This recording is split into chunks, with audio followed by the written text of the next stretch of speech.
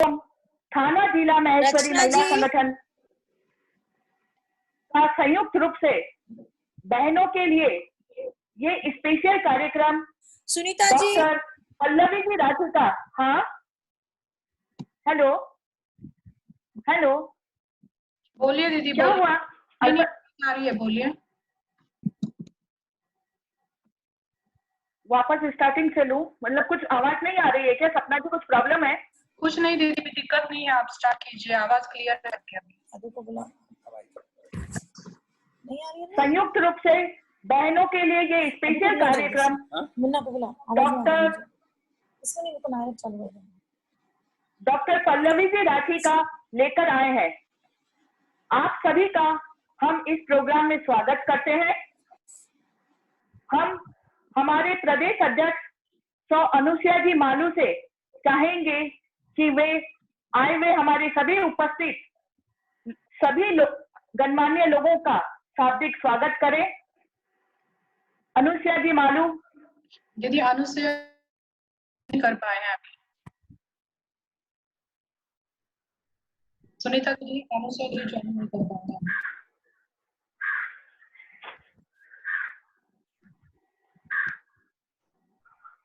मैं चाहूंगी कि शोभा जी लाहौटी अपना मनोगत दें। जय उमा महेश।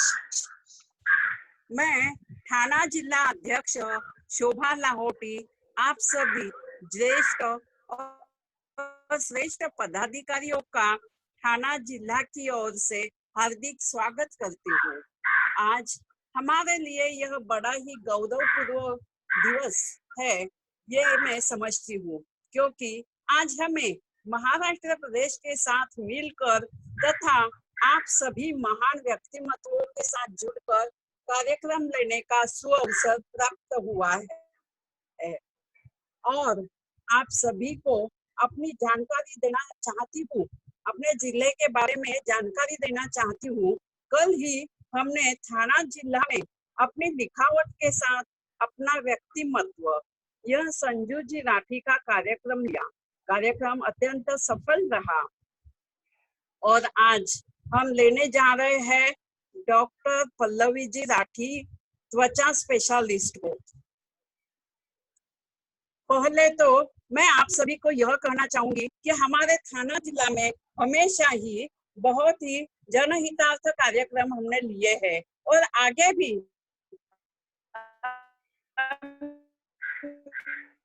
ऐसे कार्यक्रम लॉकडाउन के साथ जा सकते हैं और ना किसी ब्यूटिशियन को घर में बुला सकते हैं। ऐसे समय हम करें तो क्या करें? इस समस्या का हल दूर करने हेतु हम आप सभी के लिए अपनी त्वचा एवं बालों के लिए देखभाल के इसी का doctor Pallavi ji Rathi skin specialist, इनको मार्गदर्शन पर लेक्चर रखा है, जिसका सभी बहनों को जरूर लाभ होगा। धन्यवाद। जय महेश। और सपना जी, अनुसुया जी आ गए क्या? ज्वाइन हुए हैं क्या सपना जी? दीदी नहीं हो पाए हैं अभी तक ज्वाइन। मैं महाराष्ट्र प्रदेश महेश्वरी महिला संगठन की तरफ से सभी का स्वागत करती हूँ। ये हमारे स्वास्थ्य समिति के अंतर्गत कार्यक्रम हो रहा है। मैं इंदिरा जी मुंद्रा, हमारी स्वास्थ्य समिति प्रमुख, उनका भी स्वागत करती हूँ।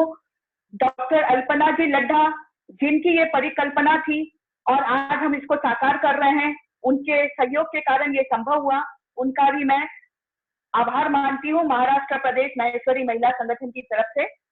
अब मैं चाहूंगी डॉक्टर अल्पना जी लड्ढा, जो महाराष्ट्र प्रदेश स्वास्थ्य समिति सहयोगी हैं तथा आज के इस प्रोजेक्ट की प्रोजेक्ट इंचार्ज भी हैं, हमें डॉक्टर पल्लवी जी राठी का परिचय देकर उनसे हम सभी को रूबरू करवाएं। जय श्री कृष्णा, जय उमा महेश। डॉक्टर पल्लवी राठी वैसे तो अमरावती से है, लेकिन अभी मुंबई अंधेरी ईस्ट में गत 10 वर्षों से वह अपनी प्रैक्टिस कर रही है। आपने एमडी स्किन मुंबई से किया है। इसके अलावा आपने कॉस्मेटोलॉजी एंड लेजर में फेलोशिप ऑस्ट्रेलिया एंड सिंगापुर की यूनिवर्सिटी से किया है। डॉक्टर पल्लवी राठी, इनका माई स्किन माई हेल्थ के नाम से स्टेट ऑफ आर्ट क्लिनिक है, जिसकी 3 ब्रांचेस मुंबई में है, एक अंधेरी, एक घाटकोपर और एक पवई एरिया में ये अपनी सेवाएं देती है। डॉक्टर पल्लवी एक सेलिब्रिटी डर्मेटोलॉजिस्ट है। इनके पास फिल्मी जगत और टीवी से काफी हस्तियां जुड़ी हुई है और ये अपना इलाज वहां करवाती है। इनका क्लिनिक डर्मेटोलॉजी एंड कॉस्मेटोलॉजी में ट्रेनिंग कोर्स भी देता है। डॉक्टर पल्लवी अपने प्रोफेशन के अलावा सामाजिक कार्यों में भी अपनी रुचि रखती है और अपनी सेवाएं देती है। इसका प्रमाण यह है कि मैंने एक फोन किया और अपने बिजी रूटीन में से भी उन्होंने समय निकालकर मुझे रजामंदी दे दी, उसका मैं उनको तहे दिल से धन्यवाद भी देती हूँ। आपने कई नेशनल कॉन्फ्रेंसेस में अपना वक्तव्य दिया है। अपने समाज की महिलाओं के लिए वो हमेशा ही कुछ ना कुछ करने की इच्छुक और तत्पर रहती है। ऐसा प्रभावशाली व्यक्तित्व आज हमारे साथ में है। मैं उनका तहे दिल से स्वागत करती हूँ।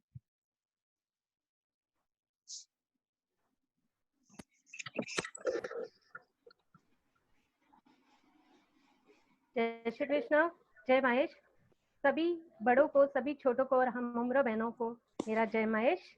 सबसे पहले माहेश्वरी, महाराष्ट्र माहेश्वरी प्रधान महिला संगठन थाना जिला माहेश्वरी महिला संगठन एवं प्रोजेक्ट डायरेक्टर अल्पना जी का मैं धन्यवाद करना चाहती हूँ, जिन्होंने ये प्रोग्राम की रचना की है और ये मंच मुझे प्रदान किया है।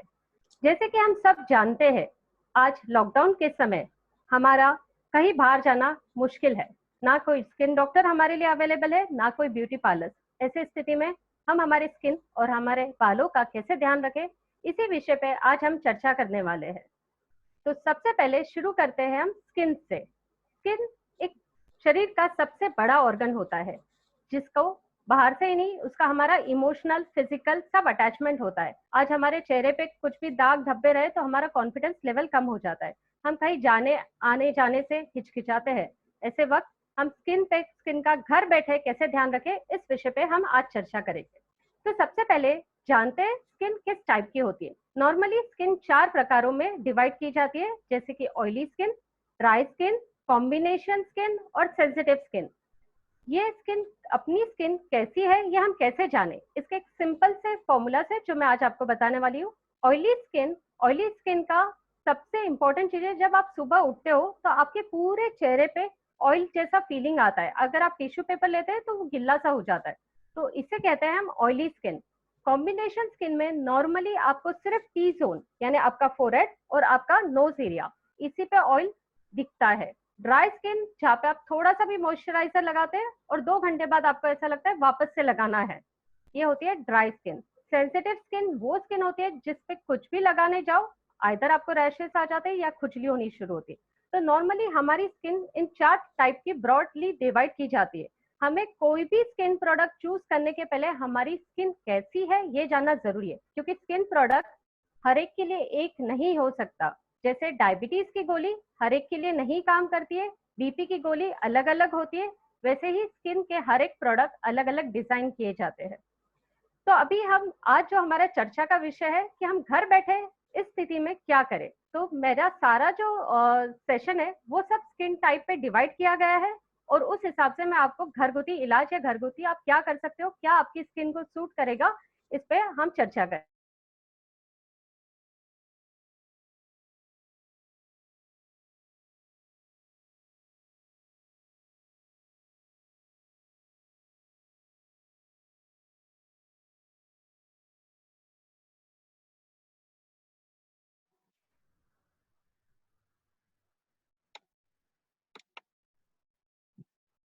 होना चाहिए, पहले ये जानते हैं। उपटन का सबसे इम्पोर्टेंट या मास्क ये होता है कि मास्क आप रोज रोज नहीं लगा सकते। मास्क आपको लगाना है हफ्ते में एक बार या 15 दिन में एक बार, डिपेंडिंग आपकी स्किन किस टाइप की है। ये इसलिए जरूरी है क्योंकि मास्क आप रोज लगा के आपकी स्किन को बार बार डैमेज नहीं करना चाहते हैं। तो सबसे पहले मास्क आप जब लगाते हो आपको इस तरीके से मास्क लगाना है, जैसे नीचे के साइड से ऊपर, हमेशा कोई भी स्किन केयर प्रोडक्ट लगाते वक्त हमारा डायरेक्शन इस तरीके से होना चाहिए, अपवर्ड डायरेक्शन। जब हम इस पे लगा रहे हैं हमारा डायरेक्शन ये होता है इस तरीके से, यहाँ पे एंड फिर गले पे, इस तरीके से हमारा मास्क अप्लाई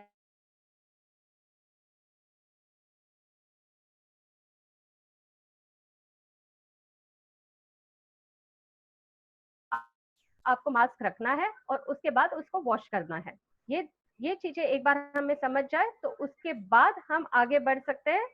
फिर सबसे इम्पोर्टेंट चीज, हर एक स्किन डिफरेंटली बिहेव करती है, इसलिए जब भी हम कोई न्यू प्रोडक्ट लगा रहे हैं या न्यू पैक लगा रहे हैं, पैच टेस्ट जरूर करिए। पैच टेस्ट करने का सबसे अच्छा प्लेस या अच्छी जगह होती है आपकी गर्दन या कान के पीछे का भाग, क्योंकि यहाँ की स्किन आपकी ये स्किन के साथ मैच करती है और इसीलिए आप पैच टेस्ट इधर करिए। इसके बाद हम जानते हैं कि हमारे स्किन टाइप के हिसाब से कौन से मास्क होने चाहिए। मैं 2-3 चीजें यहाँ पे पहले बताना चाहती हूँ। बहुत सी बार हम लेमन डायरेक्टली लगाते हैं, जैसे नींबू को कभी भी डायरेक्टली मत लगाइए, ये एक एसिडिक पदार्थ है और ये स्किन को इरिटेशन और बर्न दे सकता है।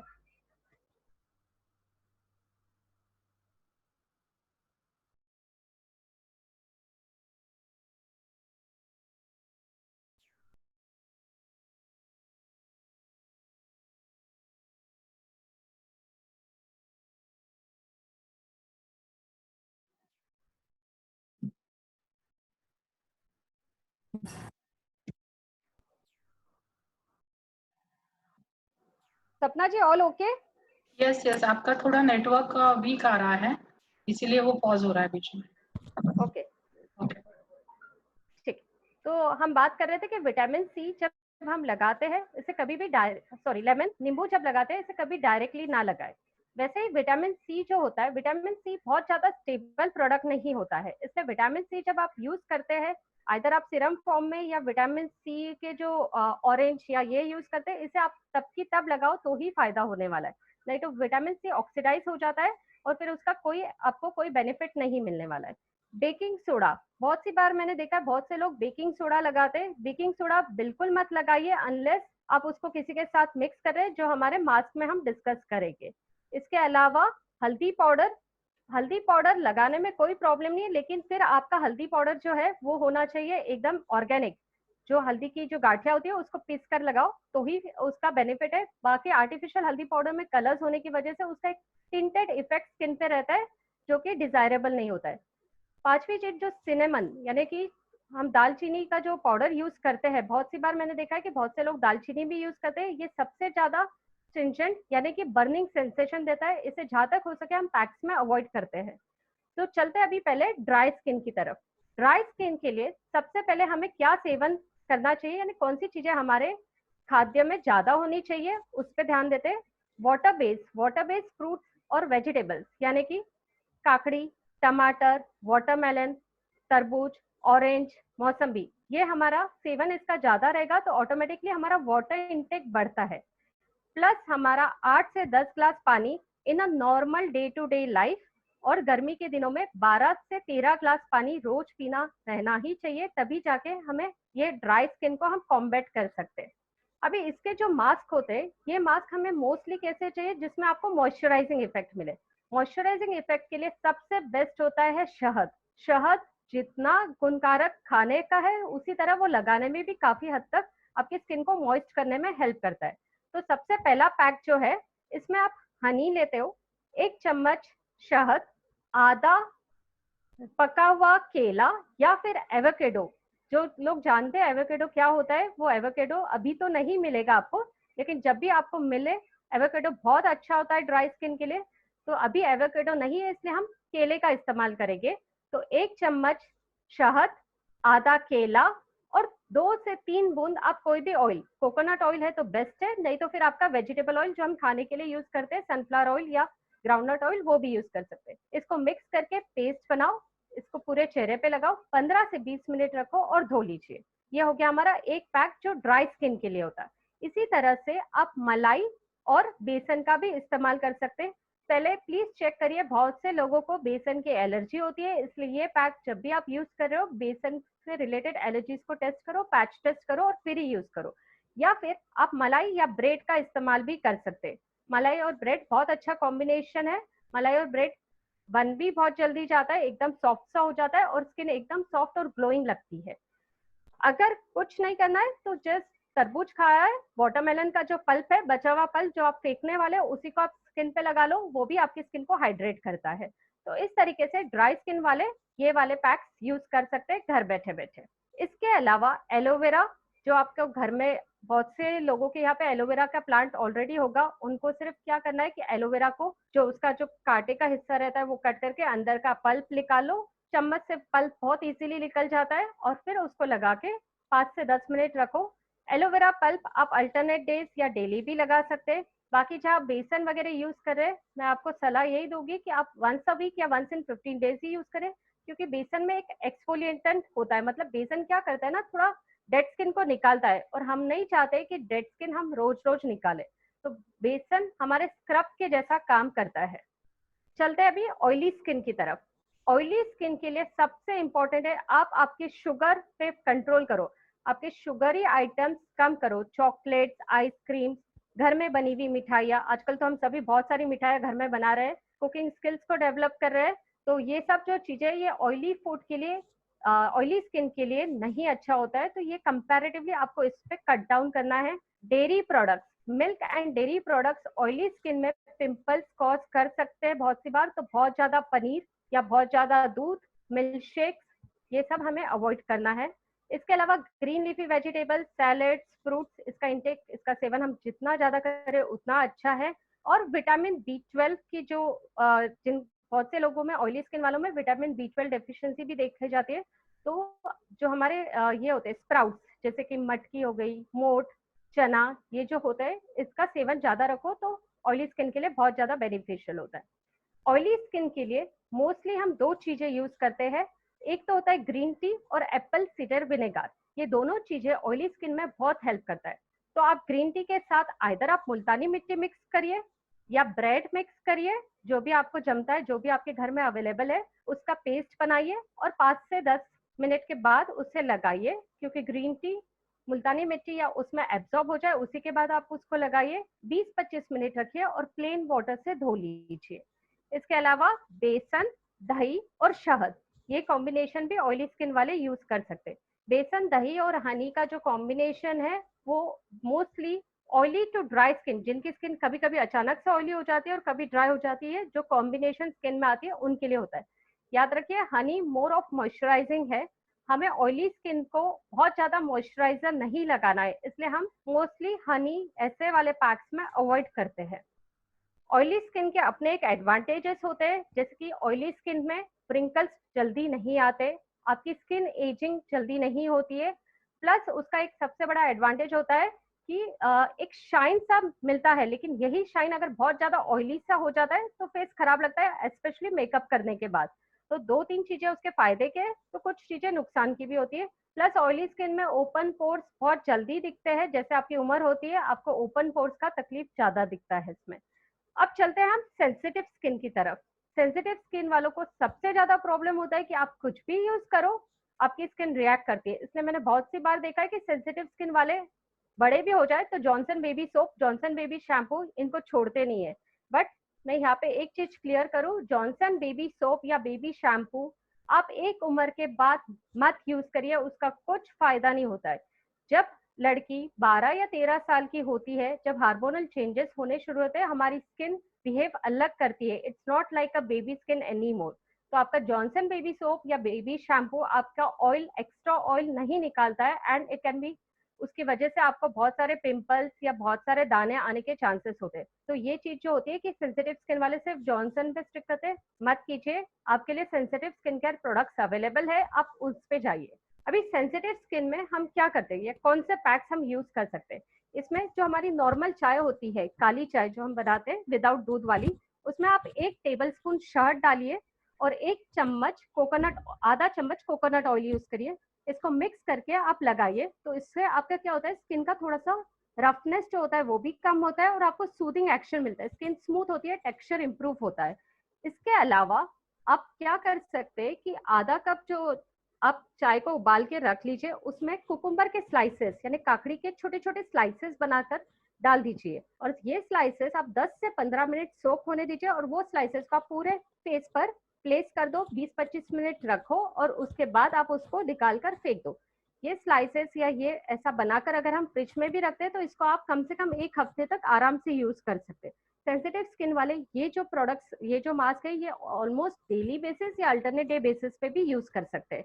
इसके अलावा ओट्स, अगर ओट्स आपके घर में ओट्स का सेवन होता है तो ओट्स एक बहुत अच्छा सेंसिटिव स्किन के लिए काम करता है। जो हम ओट्स को पकाते हैं तो वो एक लप लप सा बन जाता है, उसका आराम से आप पेस्ट बना सकते हो। उसमें आप हल्का सा आधा चम्मच हनी डालो और हल्का सा लेमन जूस डालो और उसको आप अप्लाई कर सकते हैं। ये हो गया हमारा सेंसिटिव स्किन के लिए। अभी बहुत सी बार जहाँ पे टेम्परेचर ऑलमोस्ट 40-50 डिग्री सेल्सियस हो रहा है या होने वाला है, वहाँ पे ये होता है कि जैसे हम बाहर से आते हैं, अभी तो बाहर से नहीं, थोड़े सा मास्क या दुपट्टा बांध के भी जाओ तो ऐसे लगता है बहुत गरम गरम सा हो रहा है।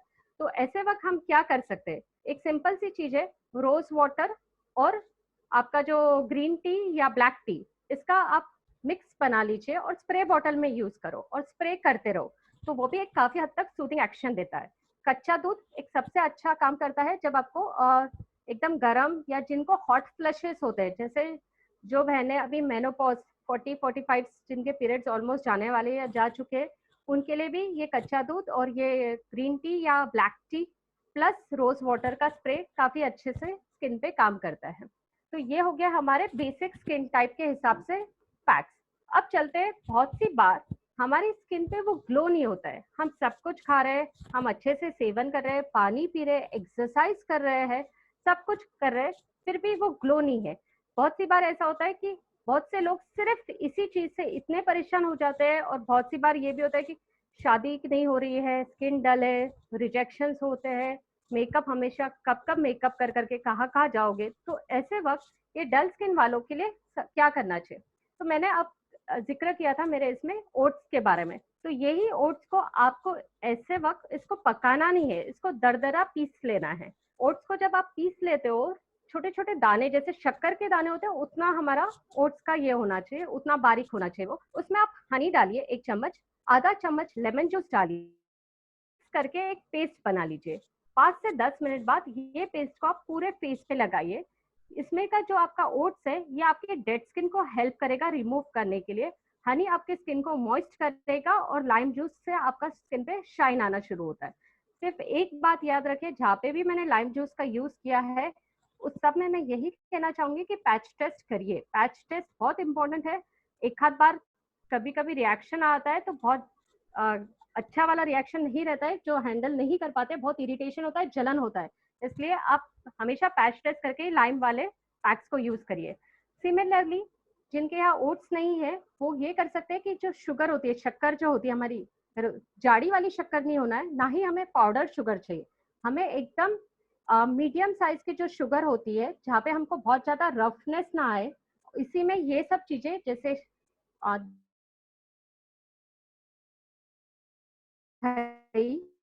कर एक पेस्ट बनाकर इसे लगा सकते हैं। एक चीज आप ध्यान रखिए कि शुगर जो होती है, शुगर का जो साइज है वो बहुत छोटा होना चाहिए, नहीं तो आपको बहुत रफनेस फील होता है या स्किन धंस जाती है, यानी स्क्रैचेस आ सकते हैं। इसलिए शुगर का जो साइज है वो बहुत छोटा सा बारीक और एकदम पाउडर शुगर भी नहीं चाहिए हमें। कैस्टर शुगर, जो लोग कैस्टर शुगर यूज करते हैं, हमें उस टाइप का शुगर चाहिए। तीसरा एक पैक और है इसमें जहाँ पे आप पोटैटो जूस यूज कर सकते हैं। जैसे हमने कच्चा आलू लिया, आलू को पीस लिया और उसका जूस बनाकर उसमें हनी और दही मिक्स कर वो पैक भी आप ग्लो स्किन, डल स्किन के लिए यूज कर सकते हैं, जिससे ग्लो आता है। ये जो पैक्स है, ये पैक्स कोई 1 या 2 बार के यूज में कभी आपको बहुत ज्यादा डिफरेंस नहीं देता है, बट हाँ कभी कहीं पार्टी में जाना है या कुछ फंक्शन है, घरगुती कुछ प्रोग्राम है, तो आप डेफिनेटली ये सब चीजें यूज कर सकते हैं और रेगुलर यूज पे आपकी स्किन और इम्प्रूव होती जाती है। तो ये थे हमारे बेसिकली सब स्किन वाले पैक्स। अभी एक इम्पॉर्टेंट जो चीज बहुत सी महिलाएं फेस करती है कि स्किन पे ओपन पोर्स दिखते हैं। ओपन पोर्स दिखने के कारण स्किन ऐसी एजेड स्किन लगती है, उम्र से ज्यादा पता चलता है। इसलिए हम क्या कर सकते हैं, इसमें 2 है। एक तो आपको एग वाइट, मुझे पता है बहुत से घरों में अंडा यूज नहीं होता है, बट कुछ बहनें होगी जो अंडे का इस्तेमाल भले ही खाने में नहीं कर रही हो लेकिन बालों के कंडीशनिंग इफेक्ट के लिए, पैक के लिए यूज कर रही हो, वो लोग ये फॉलो कर सकते हैं। एक विदाउट एग वाला भी एक पैक है, वो भी मैं बताऊंगी आपको। इसमें क्या करते हैं ना, एग व्हाइट लेते हैं, आपको पीला भाग फेंक देना है, सिर्फ सफेद भाग लेना है, उसमें दही डालना है, उसमें ऑलिव ऑयल यूज करिए और ये पैक को आप पूरे फेस पे लगाओ। इसको 10 से 15 मिनट रखो और उसके बाद धो लीजिए। ये पैक आपके ओपन पोर्स पे बहुत अच्छा काम करता है। धीरे धीरे आपके ओपन पोर्स की साइज आपको लगेगी श्रिंक होती जा रही है। इसी जगह पे जो लोग एग नहीं यूज कर सकते वो आइदर बनाना यूज कर सकते हैं या एवोकेडो यूज कर सकते हैं। जब आप बनाना या एवोकेडो यूज करें उसमें कॉफी मिक्स करिए, आधा चम्मच कॉफी और ऑयल, ये यूज करके आप इस पैक को as an anti ageing pack as well as open pores के लिए जो पैक यूज किया जाता है उसके लिए यूज कर सकते हैं। Alpana ji, do we need to take any questions या हम कैरी फॉरवर्ड करें? अल्पना जी लड्ढा। हेलो सपना जी, अनम्यूट करिए। किया हुआ है दीदी, बोलिए ना। Pallavi, what we do is we wait for the questions for the face पहले। फेस के क्वेश्चंस के लिए वेट करना है या पहले एक साथ बाद में ही पूछेंगे सब? तो हम एक काम करते हैं, ये सेशन कंप्लीट करते हैं और स्किन और हेयर के बीच का जो गैप रहेगा उसमें क्वेश्चन आंसर्स ले लेंगे। राइट ठीक है, ओके। तो अभी दो चीजें जहां मैंने आपको एंटी एजिंग फेस पैक या ओपन पोर्स के बारे में बोला है, वहां पे आप दो चीजों का और ध्यान रख सकते हैं कि आपको खाने पीने में कौन सी चीजें आपको इंक्लूड करनी है। आपको विटामिन सी जैसे ऑरेंज, मौसम्बी, ये जो फ्रूट्स होते हैं, लेमन, ये यूज करिए। ओमेगा फैटी एसिड्स, हरी सब्जियां जहाँ पे आपको ग्रीन वेजिटेबल, सैलेड्स, फ्रूट्स, ये सब आपका सेवन ज्यादा रहेगा तो आपकी स्किन में ऑटोमेटिकली इम्प्रूवमेंट दिखता है। प्लस एंटी एजिंग के लिए सबसे ज्यादा जरूरी होता है कोलेजन। ये collagen mostly non vegetarian diet में बहुत ज्यादा मिलता है, लेकिन हम लोग जो वेजिटेरियन हैं उनके लिए बेस्ट होते हैं नट्स, जैसे बादाम हो गया, अखरोट हो गई, ये सब चीजों में कोलेजन मिलता है और आप ये कोलेजन का सेवन कर सकते हैं। कोलेजन की टैबलेट्स भी अवेलेबल है वेज फॉर्मुलेशन में। जो चाहिए, जिनकी स्किन बहुत ही ज्यादा सैगी या व्रिंकल वाली है, वो कोलेजन ऊपर से यानी सप्लीमेंट भी कर सकते हैं। तो इस तरीके से हमारे स्किन रिलेटेड कंसर्न्स यहाँ पे हम ओवर करते हैं। दो चीजें मैं इसमें ऐड करना चाहती हूँ या मैंने कवर नहीं की है, एक है डार्क लिप्स और डार्क सर्कल्स। तो ये दो पे भी मैं कुछ गाइडेंस आपको देती हूँ। तो डार्क लिप्स जो होता है उसमें सबसे इम्पोर्टेंट है कि आपको दो चीजों का देखना है कि आप आयरन यानी हीमोग्लोबिन डिफिशिएंट तो नहीं है। डार्क सर्कल्स और डार्क लिप्स दोनों के लिए आपको ये आयरन और विटामिन B12 ये आपका बहुत इंपॉर्टेंट है। ये दोनों फैक्टर्स को आप चेक करो। आपका सब कुछ नॉर्मल है तो किसी किसी के कुदरती भी लिप्स डार्क होते हैं, तो थोड़ा बहुत उसको कलर चेंज करने के लिए, कलर इंप्रूवमेंट के लिए आप क्या कर सकते हैं, तो आधा चम्मच कॉफी लीजिए, ओलिव ऑयल लो, ओलिव ऑयल को कॉफी के अंदर मिक्स कर कर आप लिप्स पे लगाकर 2 से 3 मिनट रखें। लिप्स पे आप बहुत ज्यादा देर तक कोई भी चीज नहीं रखना चाहते, because lips is a very sensitive area और इसे आपको धोना नहीं है। आपको मुलायम सिल्क के कपड़े से या सिल्क क्लॉथ से सिर्फ पोंछना है। उसके बाद थोड़ी देर के बाद, आधे घंटे बाद, आप उसको ठंडे पानी से धो लीजिए। ये डार्क लिप्स के लिए बहुत अच्छे से काम करता है। डार्क लिप्स के लिए कुछ ट्रीटमेंट ऑप्शंस भी अवेलेबल है, जो जिन्हें ज्यादा ही जरूरत है वो स्किन डॉक्टर के पास ये ट्रीटमेंट्स अवेलेबल रहती है, तो आप वो भी कंसल्ट कर सकते हैं आपके एरिया में। दूसरा, ब्राउन शुगर या कोकोनट ऑयल, इसका भी अगर कॉम्बिनेशन करके आप डार्क लिप्स पे लगाते हैं तो वो भी बहुत अच्छे से काम करता है। अभी कभी कभी हमने देखा है स्पेशली यंग लड़कियों में गर्दन के पीछे का हिस्सा काला होता है या काला काला वहां पे पैच बनना शुरू होता है। पर्टिकुलरली जो बच्चे हेल्दी होते हैं या जस्ट महावारी आने के बाद जब जो हार्मोनल चेंजेस के कारण ये सब जो चीजें देखी जाती है, तो यहाँ पे सबसे इम्पोर्टेंट होता है आपके बच्चों के खाने पीने पे विशेष ध्यान दो।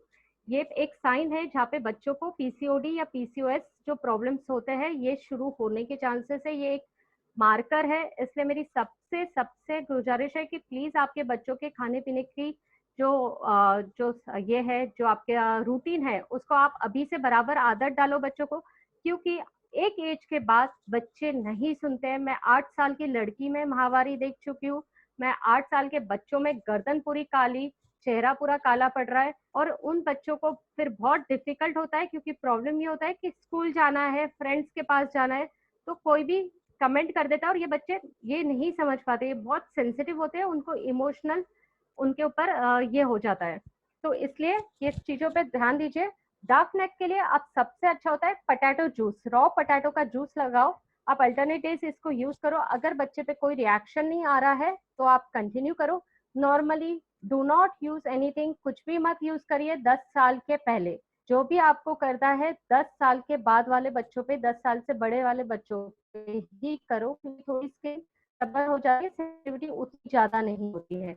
इसके अलावा और टर्मरिक पाउडर यानी हल्दी, इसका भी आप यूज कर सकते हैं। दही और हल्दी का पेस्ट बनाकर भी आप इसे यूज कर सकते हैं डार्क नेक के लिए।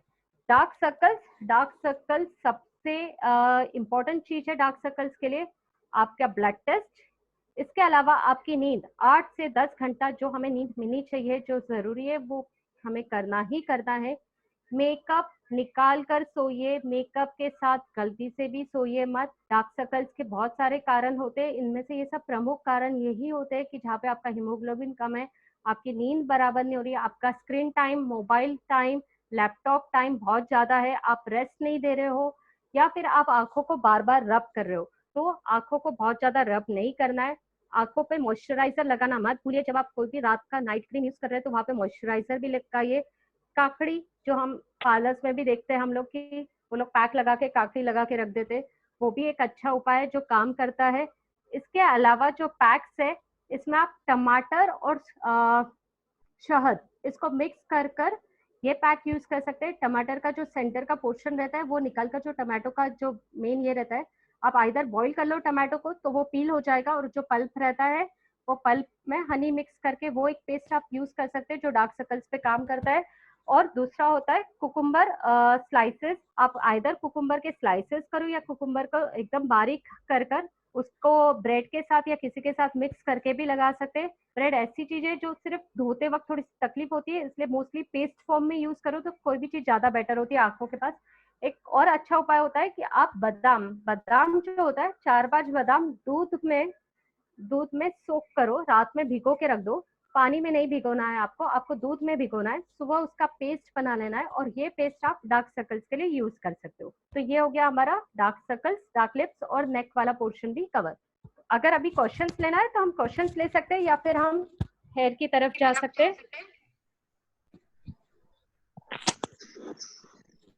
हाँ, यहाँ पे क्वेश्चन है कि एलोवेरा ऑल स्किन टाइप के लिए यूज कर सकते हैं। डॉक्टर पल्लवी जी, मेरी आवाज आ रही है? नहीं, मुझे आवाज नहीं आ रही आपकी। चैट बॉक्स में क्वेश्चन आया है कि एलोवेरा ऑल स्किन टाइप के लिए यूज कर सकते हैं। एलोवेरा जहाँ तक हो सके ड्राई स्किन, कॉम्बिनेशन स्किन और आफ्टर द एज ऑफ 35 सबके लिए यूज कर सकते हैं। ऑयली स्किन वाले एलोवेरा का यूज ना करें तो अच्छा है। ऑयली स्किन में अपना एक नेचुरल ऑयल सिक्रीशन बहुत ज्यादा होता है। एलोवेरा क्या करता है ना, हमारे स्किन को मॉइस्ट करने का काम कर रहा है। ऑयली स्किन वालों को कोई मॉइस्चर की एडिशनली जरूरत नहीं है, इसलिए एलोवेरा मॉइस्चराइजिंग इफेक्ट देता है, इसलिए ऑयली स्किन वाले ना यूज करें तो अच्छा है। जिनकी स्किन पे पिंपल्स है, मोस्टली ये मैंने देखा है कि एलोवेरा को सब लोग एक ऐसा ब्लैंकेट जो बोलते हैं कि सभी स्किन के लिए यूज कर सकते हैं, सभी स्किन कंडीशन के लिए यूज कर सकते हैं, ऐसा नहीं है। ऑयली स्किन, पिंपल वाली स्किन पे एलोवेरा मत यूज करिए।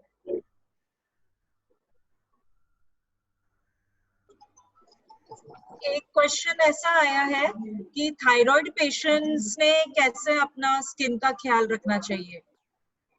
थायराइड पेशेंट में सबसे बड़ा प्रॉब्लम होता है कि स्किन ड्राई होना शुरू हो जाती है। अगर आपने देखा है कि थायराइड पेशेंट सबसे इंपॉर्टेंट होता है उनकी स्किन का ड्राइनेस, जो लेग्स पे और हाथ पर, यानी यहाँ पे झुर्रियां दिखना शुरू हो जाती है, और पैर की जो स्किन होती है वहां पे भी स्किन ड्राई होती है।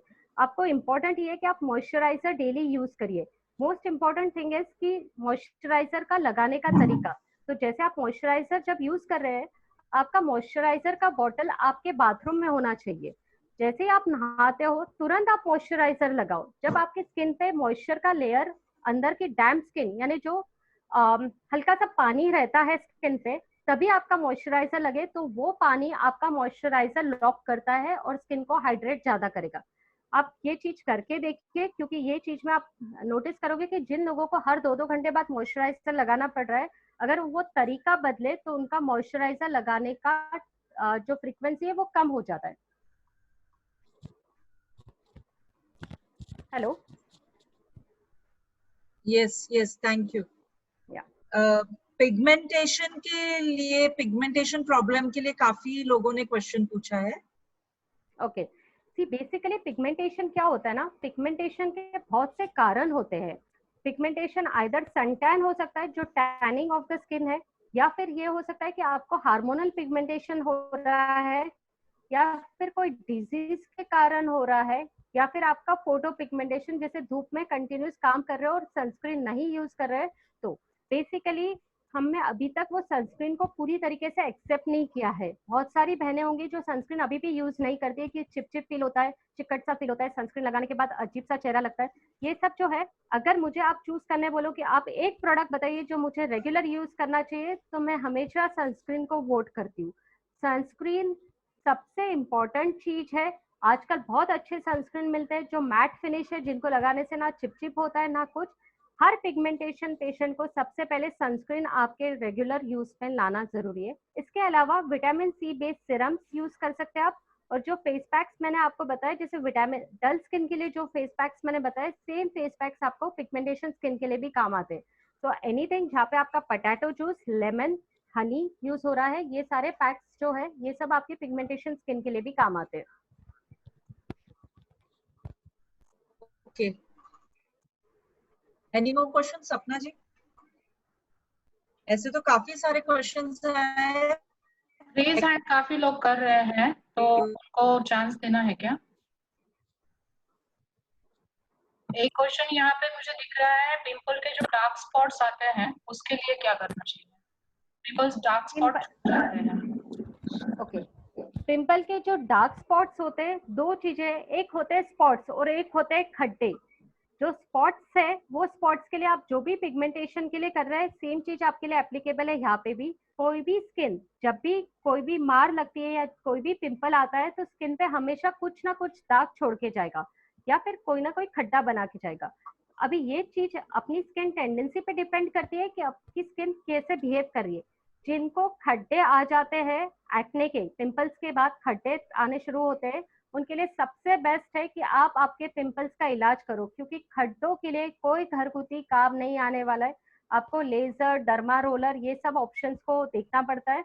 इसलिए सबसे बेस्ट है कि जब चीजें अपने हाथ में है तभी उसका इलाज करो, क्योंकि खड्डे एक बार हो जाए तो दे आर मोर और लेस परमानेंट, जब तक आप कॉस्मेटिक प्रोसीजर्स के लिए चूज नहीं करते हो।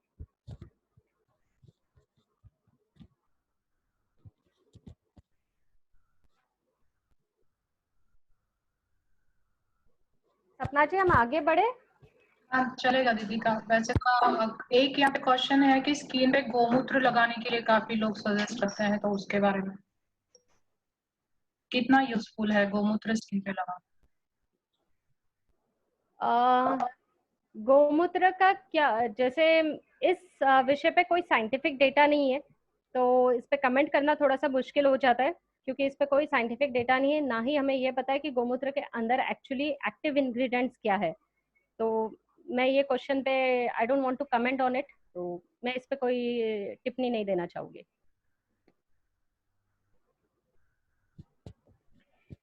अगर पॉसिबल है तो हम हेयर का सेशन शुरू करते हैं, फिर उसके बाद जो भी बचे हुए क्वेश्चन है वो साथ में ले ले। ओके, काफी लोग एड्रेस और मोबाइल नंबर भी पूछ रहे हैं, तो आप सेशन के लास्ट में देना पसंद करेंगे या अभी? मैं आपको चैट बॉक्स में एड्रेस और ये मैं आपका वो मेंशन कर दूंगी, सेशन के एंड में मैं मेंशन कर दूंगी। Okay, next session start. Okay, जब अभी हमारा नेक्स्ट जो सेशन है वो बालों का था, हेयर फॉल और हेयर रिलेटेड प्रॉब्लम्स।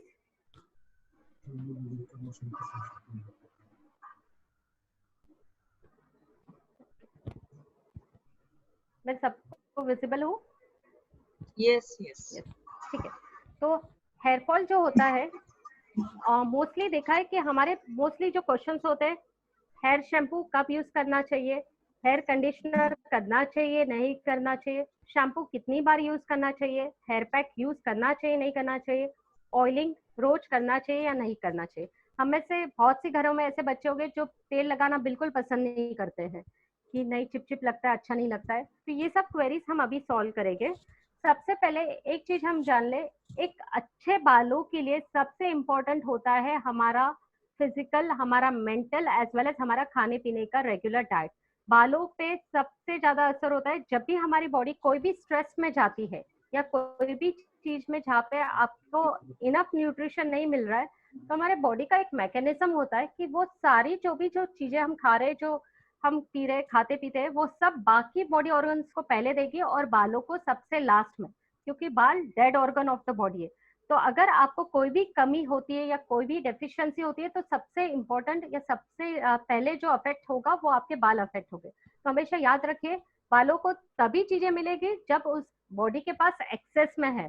तो एक्सेसिव विटामिन, एक्सेसिव मिनरल्स रहेंगे तो ही बाल आपके अच्छे रहने होंगे। ये सबसे इम्पोर्टेंट है। दूसरा, आपका जो हमारा स्काल्प होता है वो हमेशा क्लीन होना बहुत ज्यादा जरूरी है। आप बहुत सारी चीजें उसके अंदर डालो मत, उसके अंदर बहुत सारे लेयर्स बना के मत रखो, कोई भी क्रीम का, कोई भी जेल का या कोई भी ऑयल का, वो सबसे ज्यादा प्रॉब्लम होता है। एंटी डैंड्रफ शैम्पू का बहुत कम से कम यूज करो। एंटी डैंड्रफ शैम्पू की वजह से जिनके बाल ग्रे हो जाते हैं, वो एंटी डैंड्रफ शैम्पू की वजह से बहुत सी बार देखा है कि जो बाल सफेद होते हैं वो बहुत कम उम्र में भी सफेद होना शुरू हो जाते हैं और हेयर फॉल भी होता है। केमिकल ट्रीटमेंट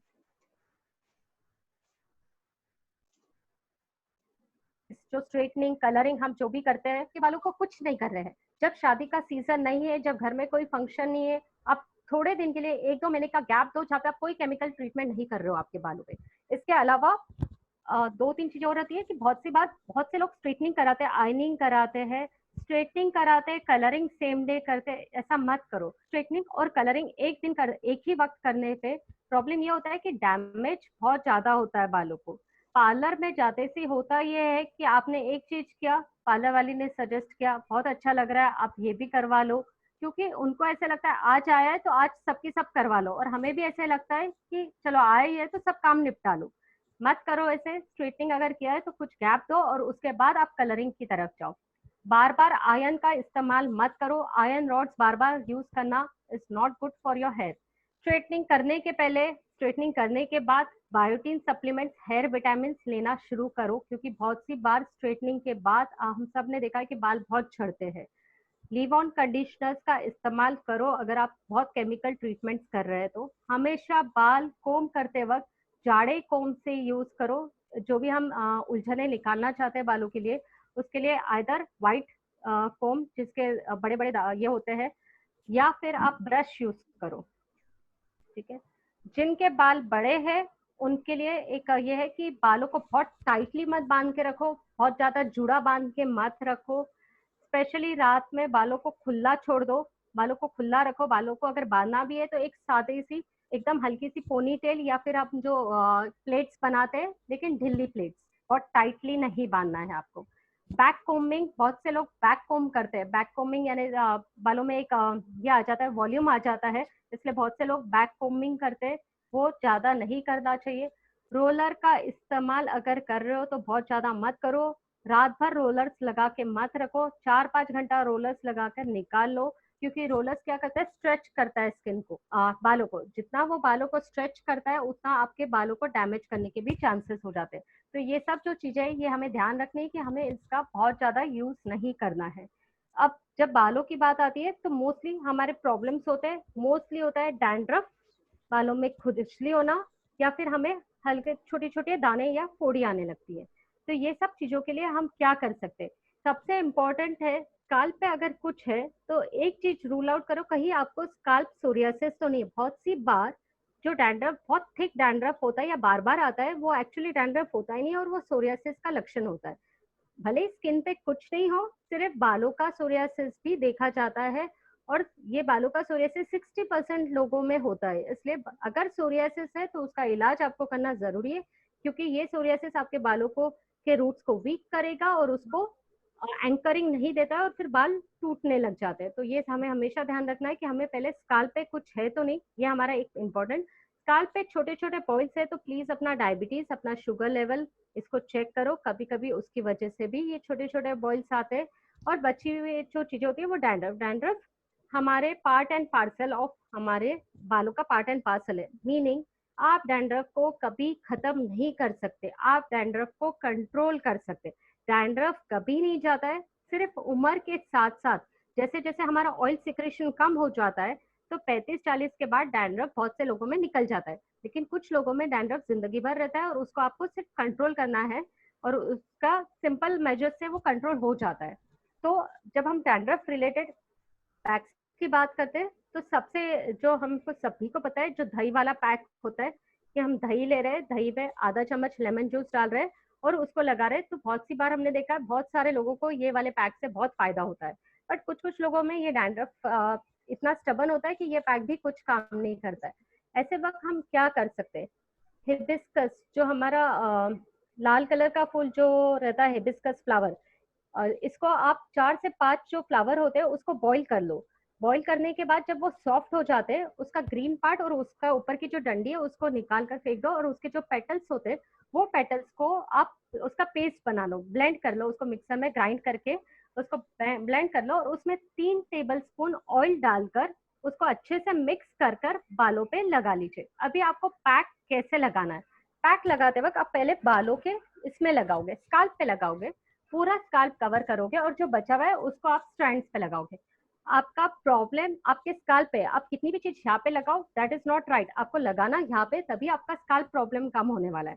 तो इसको लगाकर आप आधे घंटे तक रखिए, आधे घंटे बाद आप उसको नॉर्मल गर्म पानी से धो लीजिए।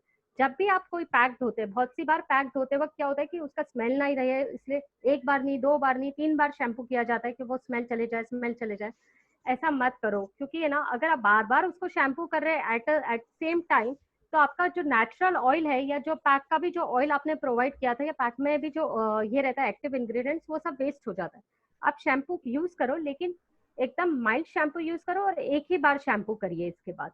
इसके अलावा एक और पैक जो होता है इसमें एलोवेरा और एप्पल सिडार विनेगर यूज किया जाता है। तो एलोवेरा का पल्प और 2 चम्मच एप्पल सिडर विनेगर आप यूज करिए, मिक्स करिए और इसका पैक बनाकर भी आप बालों के लिए यूज कर सकते हैं। तो ये दोनों तीनों पैक्स आपको काफी यूजफुल होते हैं। इसके अलावा अगर ज्यादा टाइम नहीं है तो आप क्या कर सकते हैं, 1 चम्मच बेकिंग सोडा जब आप शैम्पू कर रहे हो वो शैम्पू में ही जब आप शैम्पू लेते हो हाथ में हथेली में जब शैम्पू लेते हो उसमें आधा चम्मच बेकिंग सोडा यूज करो। अगर आपके बाल बड़े हैं तो मे बी 1 चम्मच यूज करो, उसको वहीं पे मिक्स करो और वही उसी से नहा लो। तो बहुत सी बार जो है इसके कारण भी काफी हद तक आपका डैंड्रफ सेटल होता है, लेकिन ऑयली जिनका स्काल्प ऑयली है उनके लिए ही बेकिंग सोडा यूज करा हुआ ज्यादा अच्छा है। ये हो गया हमारा डैंड्रफ रिलेटेड पैक्स के बारे में। अभी बहुत सी बार होता है कि हमारे हेयर बहुत ड्राई होते हैं, किसी किसी के हेयर बहुत ड्राई होते हैं, फ्रीजी होते हैं, मैनेज नहीं कर पाते। ऐसे वक्त हम क्या कर सकते हैं, ड्राई हेयर यानी ड्राई स्किन के लिए जैसे हम यूज करते हैं कि हम हनी का इस्तेमाल करते हैं, तो ड्राई हेयर में भी हम शहद यूज करते हैं मोस्टली। तो शहद और बनाना का पेस्ट बनाकर आप बालों में भी यूज कर सकते हैं। जब आपकी ड्राई हेयर की जब हम बात कर रहे हैं, हमारा हेयर प्रॉब्लम है ये, तो हमें ये जो पैक है ये पूरा हमें पूरे बालों पे लगाना है, तभी जाकर उसके फायदा होगा। जैसे हमने जब बात की थी डैंड्रफ की तो हमारा प्रॉब्लम स्काल्प का था, इसलिए हमारा फोकस स्काल्प पे रहता है, लेकिन ये पैक्स के लिए आपको लगाना है आपके बालों पे। तो ये वाला एक पैक हो जाता है। इसके अलावा आप हनी के साथ आपका एग वाइट, अगर आप अंडा लगाना पसंद करते हैं तो अंडे का सफेद भाग और हनी को मिक्स करके, ग्रीन टी जो होती है नॉर्मली बहुत से घरों में ग्रीन टी पी भी जाती है तो इजीली मिल भी जाती है, तो ग्रीन टी के साथ भी आप हनी के साथ मिक्स करके ये यूज कर सकते हैं। All okay? Yes yes okay. अब किसी किसी के बाल एकदम ड्राई से होते हैं, ड्राई बालों के लिए आप क्या करोगे? ये अभी तक जो हम जो डिस्कस कर रहे थे कि जो नॉर्मल ड्राई है, बट किसी किसी के बहुत ही ज्यादा ड्राई हेयर होते हैं उनके लिए सबसे बेस्ट होता है कैस्टर ऑयल यूज करना। नॉर्मली इन जनरल हम कोकोनट ऑयल का रिकमेंडेशन करते हैं, क्योंकि कोकोनट ऑयल ऐसा ऑयल होता है जो बालों के अंदर जाने की ताकत रखता है। कैस्टर ऑयल सिर्फ एक कोटिंग करता है, तो वो क्या करता है ना, एक एक्सेसिव ऑयल ड्राई हेयर के लिए हेल्प करता है, बाकी कोई चीज में हेल्प नहीं करता है। तो एक्सेसिव ड्राई हेयर के लिए आप कैस्टर ऑयल भी यूज कर सकते हैं। केमिकली ट्रीटेड हेयर, जो लोगों को बहुत सी बार कलरिंग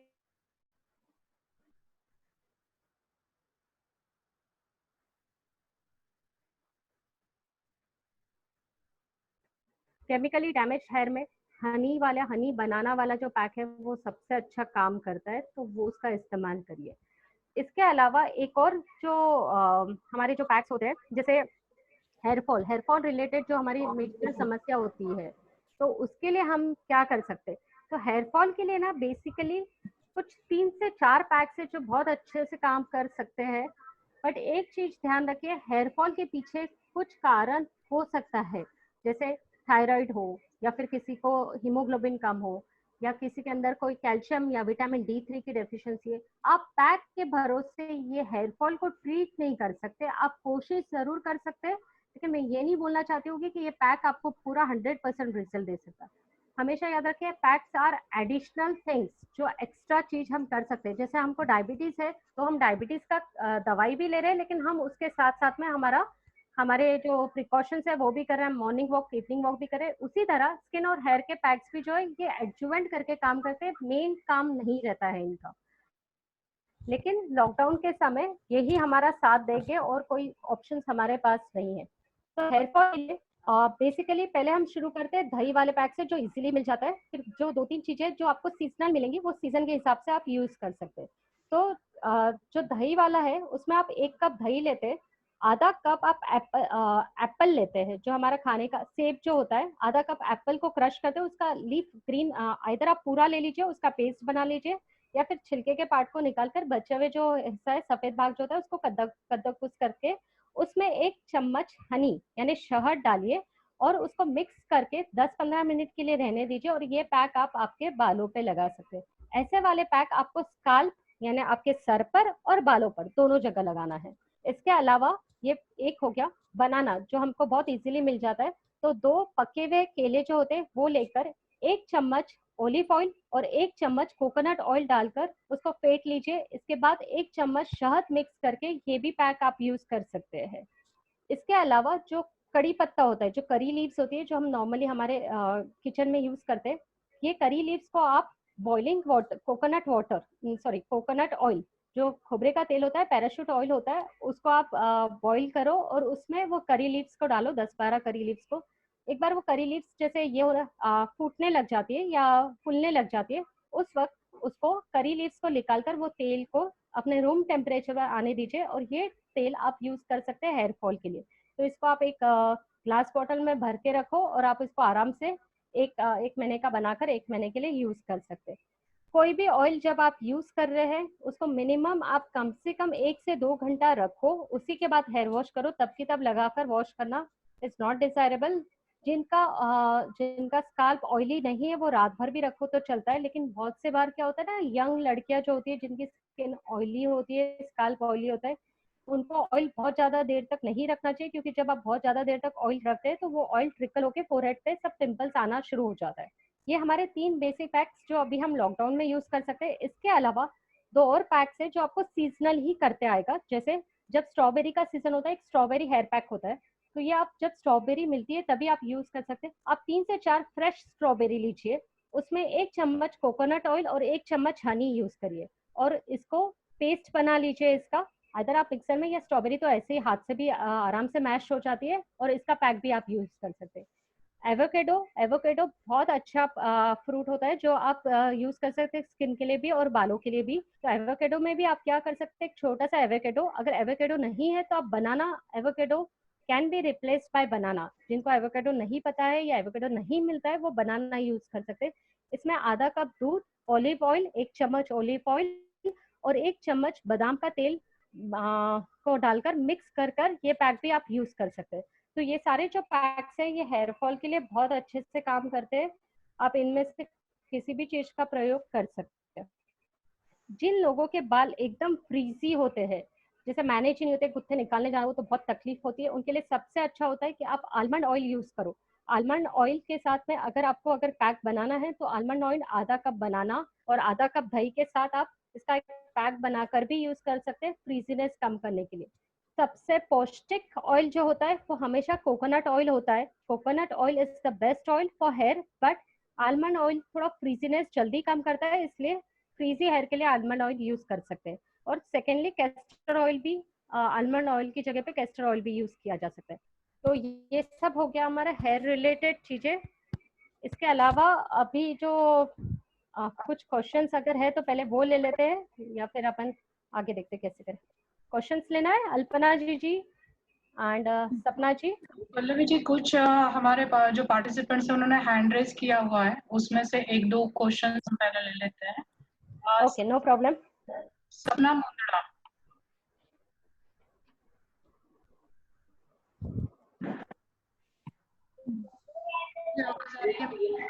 वंदना जी चांडक, आप बोलिए। वंदना चांडक, मैंने आपको अनम्यूट किया है।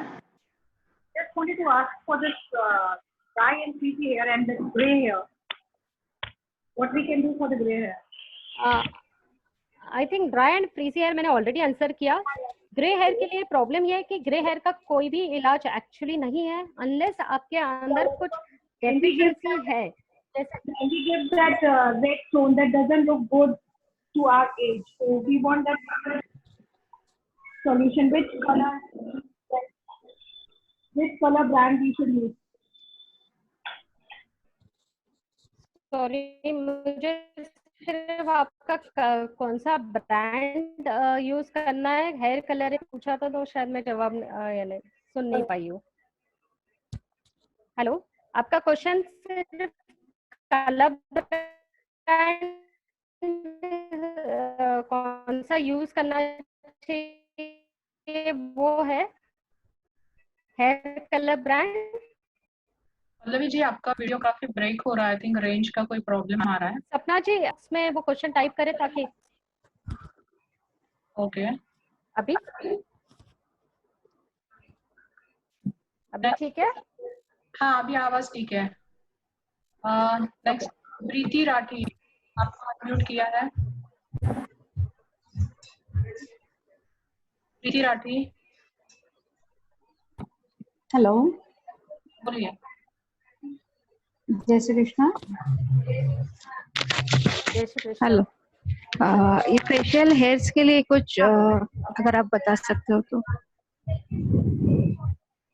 देखिए हेयर के लिए क्या क्या स्पेसिफिकली। आवाज नहीं आ रही है आपकी। पल्लवी, आपकी बैंडविड्थ लो है, आप थोड़ा सा चेक कीजिए आपका कनेक्शन। एक सेकंड।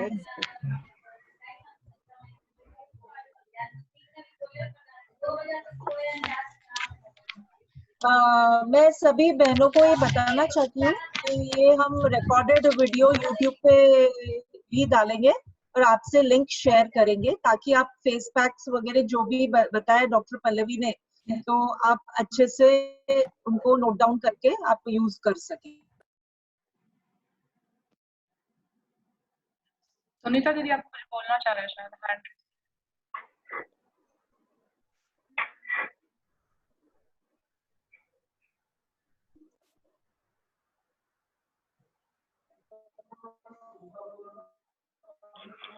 हाँ। हेलो, हाँ डॉक्टर। सपना जी अभी ठीक है? हाँ अभी ठीक है।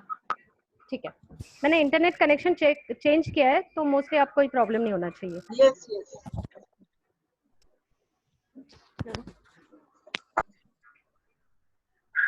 ब्रेकेज के लिए आप कुछ सजेस्ट कर सकते हैं क्या, ये भी क्वेश्चन आया है। मुझे एक सेकंड दीजिए। हाँ सपना जी अभी बोलिए, क्या क्वेश्चन है आपका? हेयर ब्रेकेज के लिए कोई क्वेश्चन आया है, उसके लिए क्या कर सकते हैं? देखिए हेयर ब्रेकेज अगर हो रहा है तो उसके पीछे कोई कारण होना चाहिए। आइदर आपका विटामिन B12 डेफिशिएंट है, या आपका आयरन लेवल कम है, या कैल्शियम या विटामिन D3 डेफिशिएंट है। पैक्स आपको थोड़ा बहुत हेल्प करेगा। आप सबसे पहले आपका खाने पीने में सेवन, आपका ग्रीन लीफी वेजिटेबल्स, हरी सब्जियां, नट्स जो बादाम, अखरोट, ये डेट्स, खजूर, फिर आपके हरी सब्जियों के अलावा बीटरूट, ये सब का सेवन बढ़ाइए। अगर अंडे का सेवन कर सकते हैं, एग का सेवन कर सकते हैं, तो बालों के लिए एक सबसे पौष्टिक आहार वो भी होता है एग वाइट। तो ये सब आपको इसका सेवन बढ़ाना होगा, और प्लस साथ में आपको विटामिन सप्लीमेंट्स एड ऑन करने पड़ते हैं। जब हेयर पे कोई भी डैमेज हो रहा है या हेयर फॉल हो रहा है, तो आप सिर्फ खाने पीने के भरोसे आपके हेयर को नहीं बचा सकते, क्योंकि जैसे मैंने आपको स्टार्टिंग में सेशन में बताया था कि आपके अगर अंदर कुछ कमी है तो आपकी बॉडी पहले आपकी बाकी जगह की जो कमी है उसको पूरा करेगी और उसी के बाद आपके बालों को देगी। तो ऐसे वक्त आपको बालों के लिए जो होता है कि आपको कहीं ना कहीं आपको सप्लीमेंट मल्टीविटामिन लेने पड़ते हैं। ओके, सुनीता दीदी आप बोलना चाह रहे थे? गीता जी बोलो। और कोई सवाल है क्या सपना जी? हाँ, यस, एक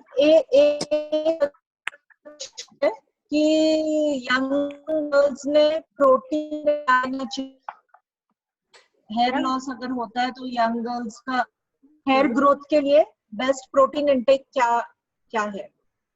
सबसे अच्छा वेजिटेरियन प्रोटीन इंटेक में सबसे इम्पोर्टेंट है आपके दाल, पल्सेस। जितना आप दाल का सेवन करो, हरी सब्जियों का सेवन करो, वो सबसे बेस्ट है।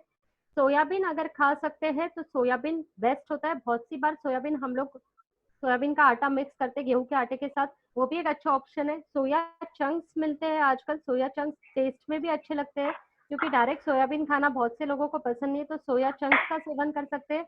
इसके अलावा आप प्रोटीन पाउडर ले सकते हैं। अगर आपको लगता है कि आपसे बाकी कुछ नहीं हो रहा है तो आप प्रोटीन पाउडर जो होता है वो उसका सेवन करिए, या थ्रेप्टिन बिस्किट्स जो मिलते हैं, थ्रेप्टिन बिस्किट्स जो बहुत सी बार प्रेगनेंसी और डिलीवरी में दिए जाते हैं, वो उसका भी सेवन कर सकते हैं। ओके जी, फेशियल हेयर्स के लिए भी काफी क्वेश्चंस आए हैं, उसके लिए क्या करें? सॉरी सपना जी, मैं नहीं सुन पाई, किसके लिए?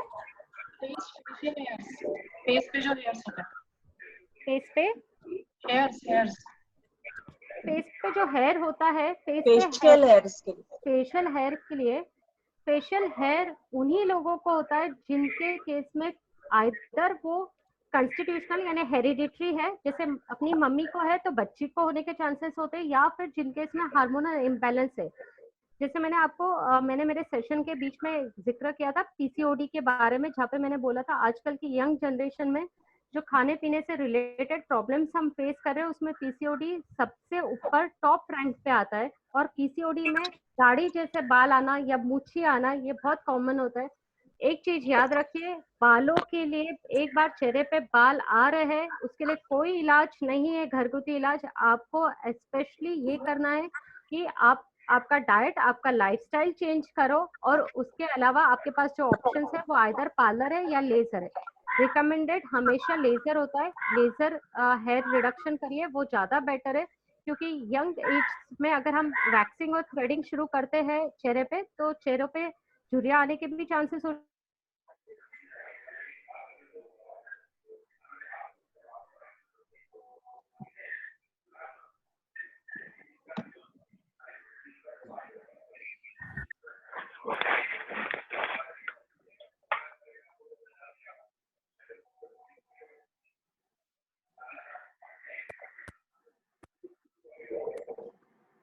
पल्लवी जी, बाल थोड़े से ड्राई और फ्रीजी होते हैं, तो आपको एक ध्यान रखना है कि आप मेहंदी जब लगा रहे हैं तो कंडीशनर भी यूज करना शुरू करिए। एक क्वेश्चन ऐसा है कि नेचुरल हेयर कंडीशनर कौन सा है? नेचुरल हेयर कंडीशनर सबसे बेस्ट होता है आपका आइदर एलोवेरा या कोई भी oil, argan oil, coconut oil, castor oil या फिर एग, अंडा। तो ये चीज हेयर वॉश के बाद लगा सकते हैं? लगा सकते हैं। अंडे का तो प्रॉब्लम ये होता है कि हम स्मेल सहन नहीं कर सकते, इसलिए उसका पैक लगाकर पहले यूज करो और उसके बाद आप हेयर वॉश कर लो। बाकी जो ऑयल्स है, ऑयल्स अगर आप लगा सकते हो तो आप बिल्कुल यूज कर सकते हो।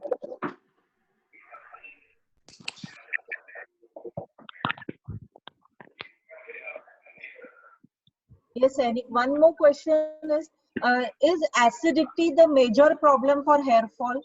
नो, एसिडिटी का कोई लेना देना नहीं है हेयर फॉल से। एसिडिटी अलग जगह है, हेयर फॉल अलग जगह है। एसिडिटी का कोई लेना देना नहीं है।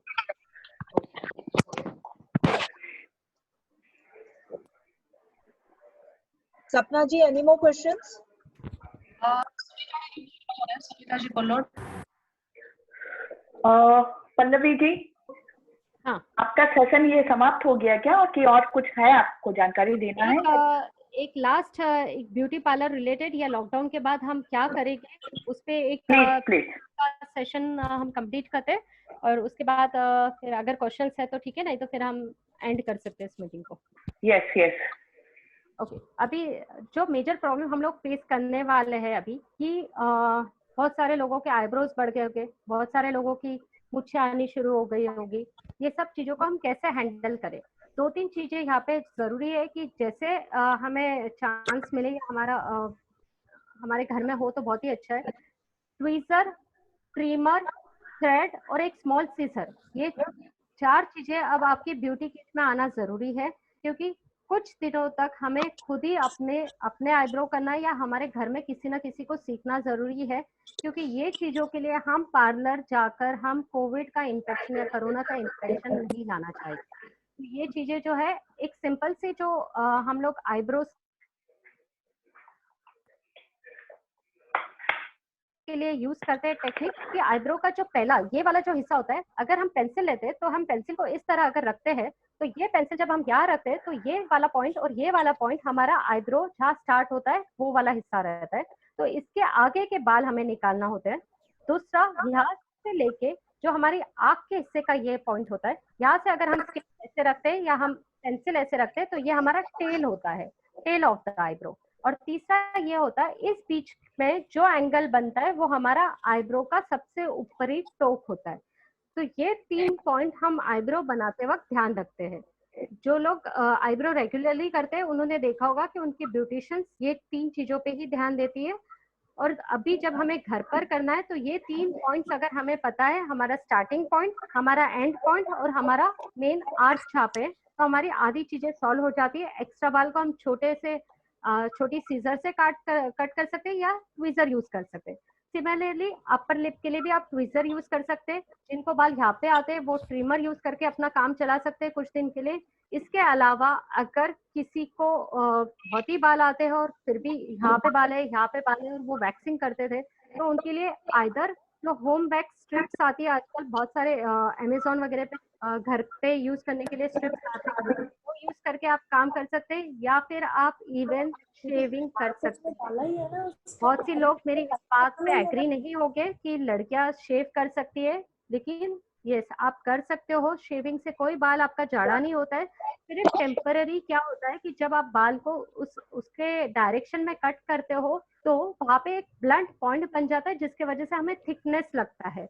लेकिन अगर टेम्पररी आप चाहो तो जिनको हाथ पे पैर पे बाल नहीं जमते, जिनको हमेशा क्लीन शेव की आदत है, उनको वो नहीं जमता है, वो शेवर यूज कर सकते हैं। Female shaving cream, female shavers available रहते हैं। और इसके अलावा आप जब भी शेव करते हो, अगर आपके बाल बहुत ज्यादा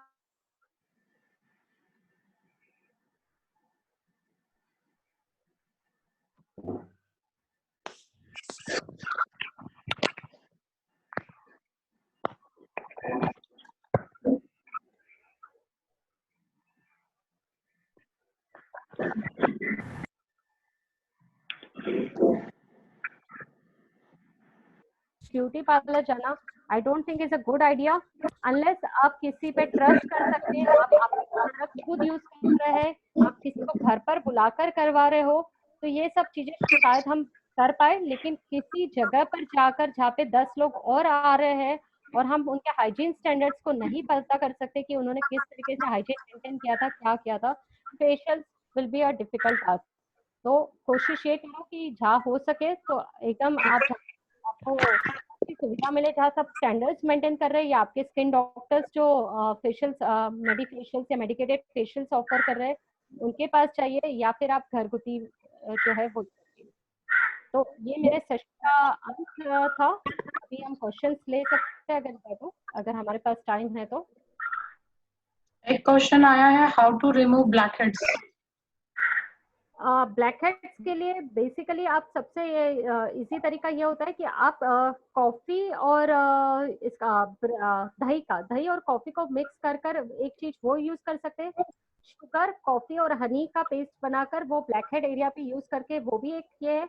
और तीसरी चीज, आप स्टीम लेकर अगर आप निकाल सकते हैं खुद से तो स्टीम लेकर आप वो भी कर सकते हैं। मैं स्टीम नॉर्मली मना करती हूँ क्योंकि बेसिकली क्या होता है ना, स्टीम पोर्स बहुत ओपन हो जाते हैं और बहुत इजीली आपके ब्लैक एंड व्हाइट हेड्स बाहर आ जाते हैं। बट एक टर्न वो पोर्स, आपके पोर्स जो है वो कभी पूरे क्लोज नहीं होते। मोस्टली क्या होता है ना, पार्लर में जब आप जाते हैं क्लीन अप करवाने के लिए, जो मैं मेरे पेशेंट्स को बिल्कुल मना करती हूँ कि आप स्टीम लेकर क्लीन अप बिल्कुल मत करिए, क्योंकि स्टीम लेने के बाद पोर्स ओपन हो जाते हैं और उनके लिए, पार्लर पर्सन के लिए निकालना इजी हो जाता है, लेकिन आपके जो पोर की साइज है वो खुल जाती है और वो पोर कभी भी आपका जीरो पे नहीं जाता है। कोई टोनर आपके पोर को श्रिंक नहीं करता है। टोनर जो है वो एस्ट्रिंजेंट है, यानी एक्स्ट्रा क्लिनसिंग एजेंट है, वो पोर पे काम नहीं करता है। तो ये जो मिथ है कि हम बार बार स्टीम लेना चाहिए, लेकिन हाँ, जिनको ब्लैक हेड्स है, जिनके स्टबन ब्लैक हेड्स है, उनके लिए यही एक ऑप्शन है। एक बार जब लॉकडाउन सब खुल जाए, सब चीजें वापस शुरू हो जाए, ब्लैक हेड्स के लिए सबसे अच्छा तरीका या सबसे बेस्ट इलाज जो होता है वो माइक्रोडर्म एब्रेशन है, यानी स्किन पॉलिशिंग। एक क्वेश्चन बहुत रिपीट हो रहा है, is onion juice useful for hairs? Sorry, is onion juice is useful for hairs? Yes, onion juice जो है, अनियन जूस आप यूज कर सकते हैं हेयर के लिए। अनियन जूस का जो ये होता है, आप जो कलौंजी जिससे बोलते हैं हम, काला जीरा, उसका भी पेस्ट बनाकर आप वो भी यूज कर सकते हैं। और अनियन जूस आप यूज कर सकते हैं। सिर्फ एक ही चीज का ध्यान रखें, अनियन जूस का रिएक्शन बहुत सारे लोगों में देखा जाता है कि खुजली बहुत होती है, तो वो चीज आपको देखना है कि आप वो ना यूज करें।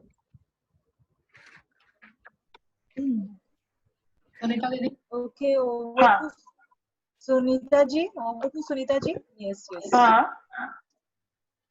हेलो हेलो, हाँ यस सुनीता जी, हेलो सुनीता जी। धन्यवाद पल्लवी जी।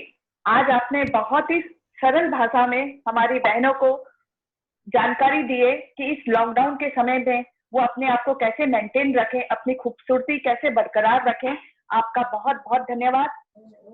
आज इस कार्यक्रम को मूल स्वरूप देने में कुछ लोगों का विशेष सहयोग रहा है।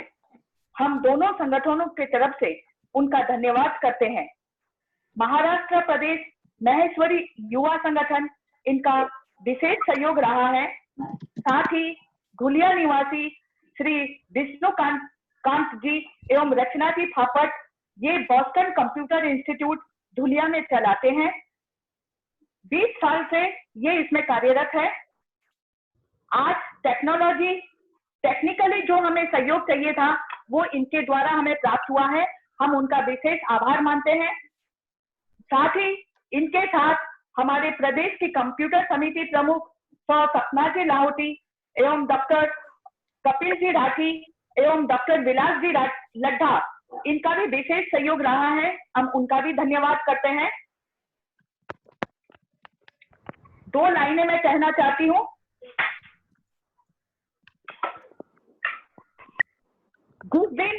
जिस दिन हमारी सादगी सिंगार बन जाएगी, जिस दिन हमारी सादगी सिंगार बन जाएगी, उस दिन सही मायनों में आईने की भी हार हो जाएगी, आईने की भी हार हो जाएगी। जय उमा महेश। अभी मैं चाहूंगी, अनुष्या जी ज्वाइन हो गए हैं। अनुष्या जी को सपना जी अनुष्या जी को दीजिए ताकि अनुष्या जी अपना मनोगत कहे। यस दीदी। अनुष्या दीदी? Yes yes.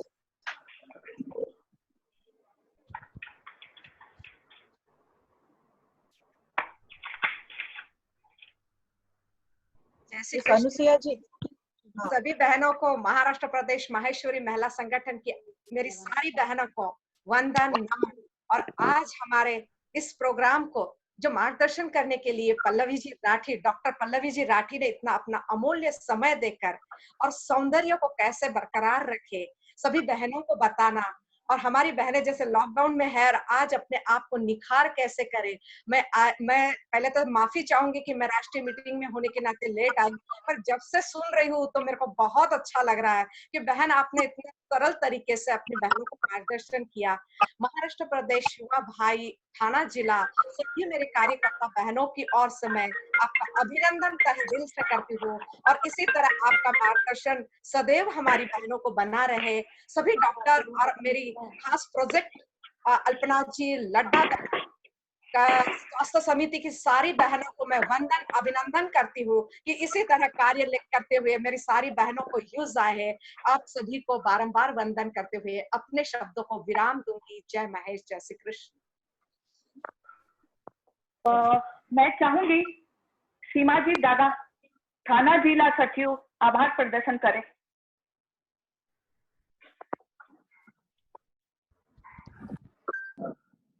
सीमा जी बोलिए। हेलो, जय श्री कृष्णा। आवाज आ रही है? जय श्री कृष्णा, बिल्कुल आ रही है। मैं थाना जिला सचिव सीमा डागा, आप सभी को मेरा जय श्री कृष्णा। और थाना जिला महिला संगठन की तरफ से मैं सभी पधारी हुई राष्ट्रीय बहनें, प्रदेश बहनों का सभी का स्वागत करती हूँ, सभी को धन्यवाद करती हूँ।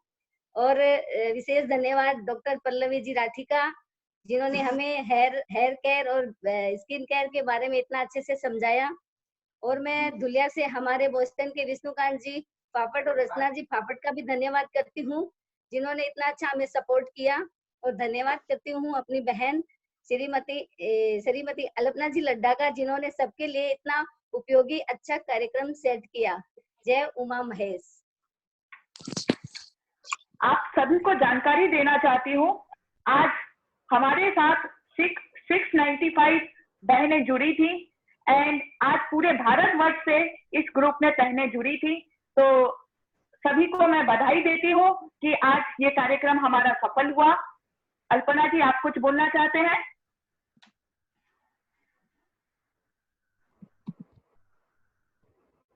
लॉकडाउन में इसका बहुत अच्छा लाभ होगा, ये मैं उम्मीद करती हूँ। ये जो पैक्स हमने यहाँ दिए हैं, हम शीघ्र ही ये पैक्स हम आपको हमारी बहनों को हम ये भिजवा देंगे या कैसे भी पोस्ट करेंगे, ये हमारा उनसे ये है। तो लेट्स नॉट, मेरे को मैसेजेस आ रहे हैं कि पैक्स हमको बताइए, वापस रिपीट करिए। तो ये पैक्स हम हमारी बहनों तक जरूर पहुंचाएंगे सुनीता जी। इसके अलावा अगर किसी को कोई भी दिक्कत हो तो मैंने मेरा पर्सनल नंबर और क्लिनिक का एड्रेस दोनों चैट पे डाला है। जिन्हें जरूरत पड़े तो वो मुझसे कांटेक्ट कर सकते हैं, मैं हमेशा अवेलेबल हूँ। Thank you so much Pallavi, it was only because of your एक फोन और तुमने हाँ बोला और ये इतना अच्छा इवेंट हो गया। Thank you so much. अगर और भी क्वेरीज है, किसी को कुछ है तो वो हमें एसएमएस कर सकते हैं और हम इसका जवाब जरूर देंगे। धन्यवाद अल्पना जी, धन्यवाद पल्लवी जी। Okay, should we end the meeting? Yeah, no more questions ना। अभी कुछ है ना, ज्यादा रिपीटेड हाथ रेज बहुत आए हैं, but then we have to end it somewhere, I suppose. Yes, Pallavi? Yes. Okay. Chalo, thank you so much. Thank you so much.